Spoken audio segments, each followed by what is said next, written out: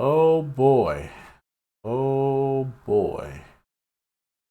Oh boy. In the criminal justice system, sexually based offenses are considered especially heinous. In New York City, the dedicated detectives who investigate these vicious felonies are members of an elite squad known as the Special Victims Unit. These are their stories.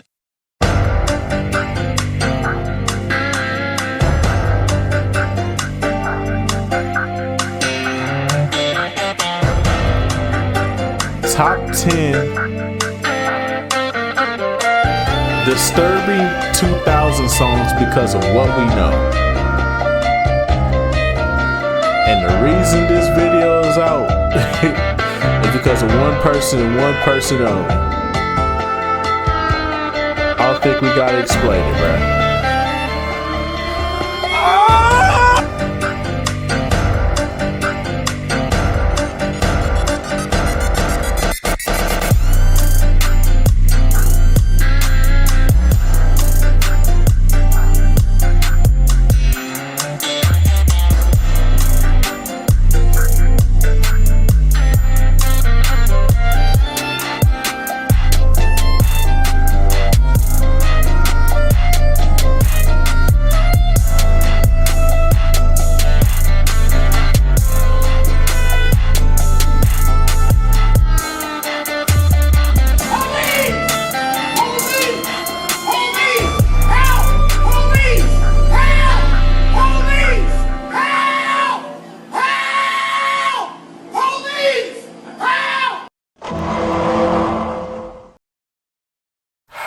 Without further ado, let's get right into this video. I had a girl that would have died for me. Didn't appreciate it, so I made her cry. Welcome to Watch Mojo, and today we're breaking down songs from 2000 to 2009 that have taken on a darker meaning in the years since their initial release. I hurt myself today. Son of Sam, Elliott Smith. Something's happening, don't speak too soon. Beloved indie rock singer-songwriter Smith is said to have struggled with substance use disorder, as well as ongoing mental health issues. Acclaimed for his poetic, powerful songwriting and Beatles-esque arrangements, his often upbeat, poppy compositions belied their intense subject matter. Son of Sam, son of a shining path, the clouded mind. Upon his still mysterious 2003 passing, fans looked to his music for potential clues that Smith left. Son of Sam, the first single from his Figure 8 album, his last to be released during his lifetime, stands out in its embrace of what comes after we exit this mortal coil. That said, Smith denied that it was about David Berkowitz, the actual Son of Sam killer, and described the song as, quote, just an impressionistic song about destruction and creativity. I'm a little like you, more like Son of Sam.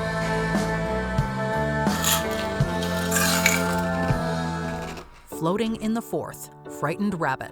So you just step out of the front of my house and I'll never see you again. Mellow Scottish indie rockers Frightened Rabbit started out as a solo project for singer Scott Hutchison, before developing into a full-fledged musical outfit of its own. Hutchison, who had reportedly struggled with depression for years, went missing on May 9, 2018. Although Scottish police and other members of the band reported this, the singer's body was discovered at Port Edgar of the River Forth in South Queensferry, a Scottish town west of Edinburgh. Eagle-eyed fans were quick to point out Floating in the Fourth off of the band's second studio album, The Midnight Organ Fight, as seemingly predicting Hutchison's tragic demise. Down the forth, to the sea.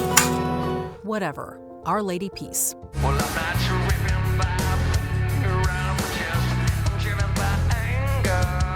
Unlike most of the songs and artists on our list, the creepiness of this hard-charging post-grunge tune has nothing to do with any of the band's members, or with the band itself at all. Rather, the reason that Our Lady Peace made the choice to stop performing Whatever live is because of the late Chris Benoit. The hate, the wheels, the lies.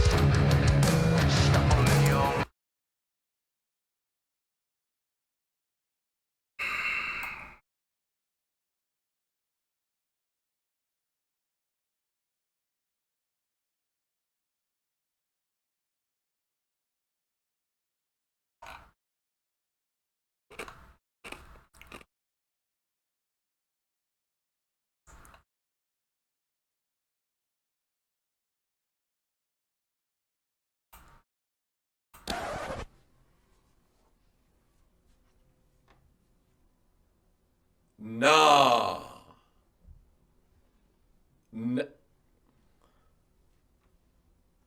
Rabbit, Wolverine, Chris, and Noir.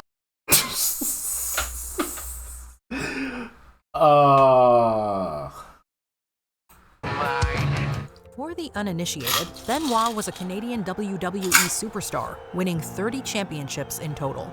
Unfortunately, this would not be his legacy. From June 22nd to June 24th, 2007, Benoit took the lives of his wife and 7-year-old son before ultimately taking his own. Whatever was Benoit's entrance theme from 2002 to 2007.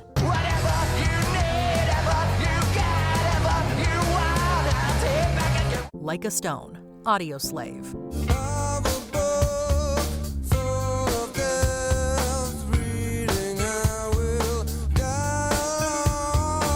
Like Elliott Smith, Soundgarden and later Audioslave singer Chris Cornell was no stranger to incorporating dark, heavy themes into his music, often drawn directly from his own battles with declining mental health and often heavy substance use. Like a Stone, the second single from the band's self-titled debut album and their biggest hit, was the furthest thing from an exception to this.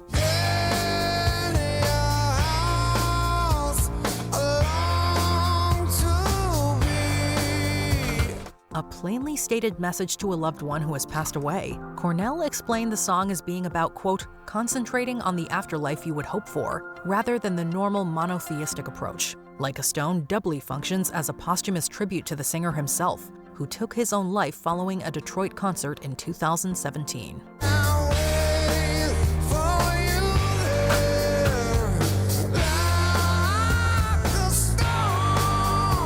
Lucky, Britney Spears. This is a story about a girl named Lucky. This revealing pop song, written and recorded at what was arguably the height of Spears' fame, is a quietly devastating, clearly scathing indictment of the monster that is celebrity. Although the song focuses on a fictionalized character, also called Lucky, it's abundantly clear that Spears' song is more than a little autobiographical, drawing from her own experiences with achieving fame at too young of an age. Early morning, she wakes up, knock, knock, knock on the door.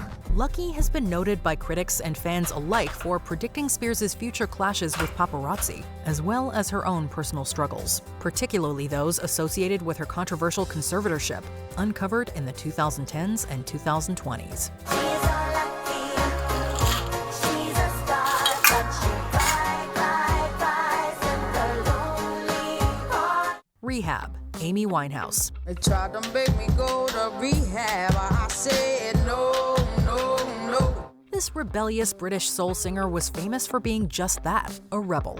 Her breakout single Rehab was evidence of this, and explained in no uncertain terms Winehouse's insistence that she wouldn't go to, well, rehab. The man said, why do you think you hid? The singer's only top 10 hit on the Billboard Hot 100, Rehab still goes hard today due to Winehouse's rock star charisma, inimitable vocals, and the song's throwback soul R&B pop hybrid sound. The up-tempo tune now carries a bittersweet weight due to its tragic, inextricable association with Winehouse's 2011 death from alcohol poisoning, among other health issues. Yes, I've been black, but when I come back, no, no, no. Breaking the Habit, Linkin Park. Memories consumed, like opening the world, picking me apart again. This moody, electronic, fast-paced alt-rock jam is somewhat atypical in sound for nu metal legends Linkin Park. However, from its lyrics, it is instantly clear to the listener that this is a classic Linkin Park number. Those lyrics, in an unusual turn for the band, were courtesy of Mike Shinoda as opposed to Chester Bennington. Shinoda more commonly wrote his own rap verses but took a detour for Breaking the Habit. That said, the song takes on a deeper significance after Bennington's untimely 2017 passing by his own hand. Although Linkin Park's output was often blunt and raw, Breaking the Habit dispenses with the aggression to plaintively contemplate one's own mental health.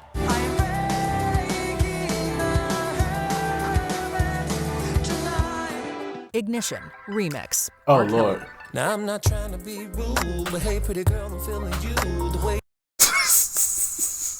What allegations?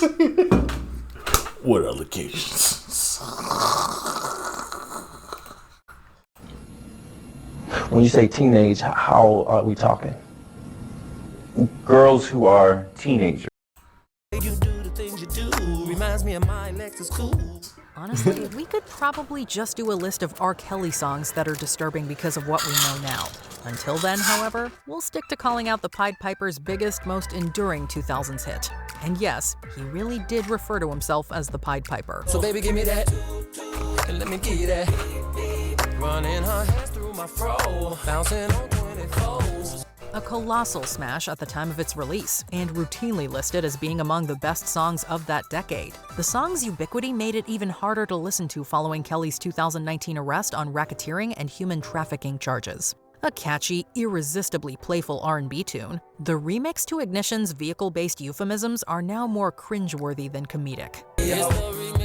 It was hot and fresh out the kitchen. Mama rolling that body, got everybody in here wishing. Sipping no coke and rum, like no other rum. It's the freaking weekend, baby, I'm about to have me some fun. Legendary country rebel Cash and industrial metal provocateurs Nine Inch Nails are not, at first glance, a marriage made in heaven. However, when you listen to the former's cover of the latter's Hurt, originally about singer Trent Reznor's chronic substance use, you can understand why Reznor commented that, quote, "That song isn't mine anymore." I wear this crown of thorns.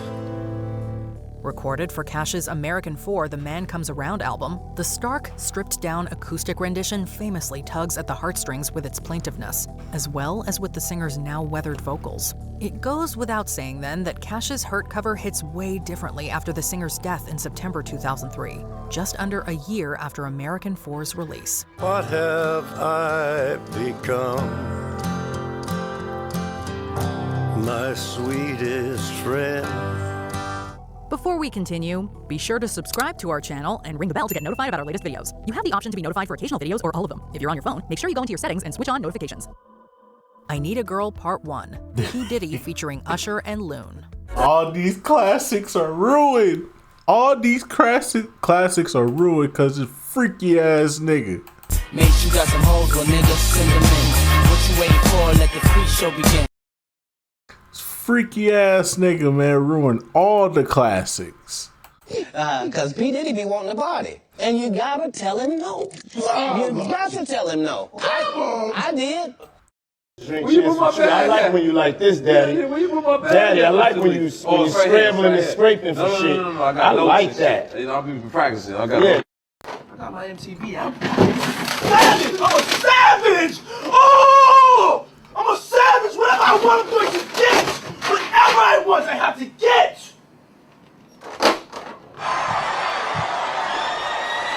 Yes! Come on out, you rapist! Take that. Go when, nowhere. Talk to him. We can't stop now. This is bad.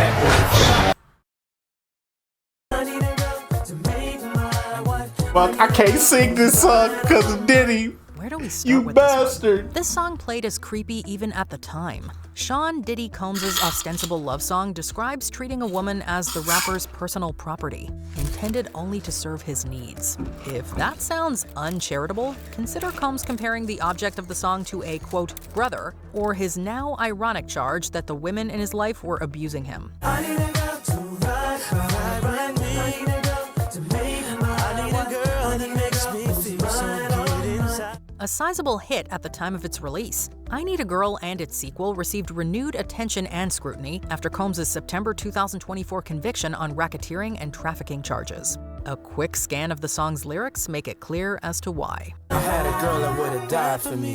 Didn't appreciate it, so I made her cry for me. Every night she had tears in her eyes for me. Which 2000 song is hard for you to listen to nowadays? Let us know in the comments. Shit, all of them, really. Well, except R. Kelly. I could still bump R. Kelly. That ain't no problem, but can't listen to Diddy no more. This nigga a freaky frog.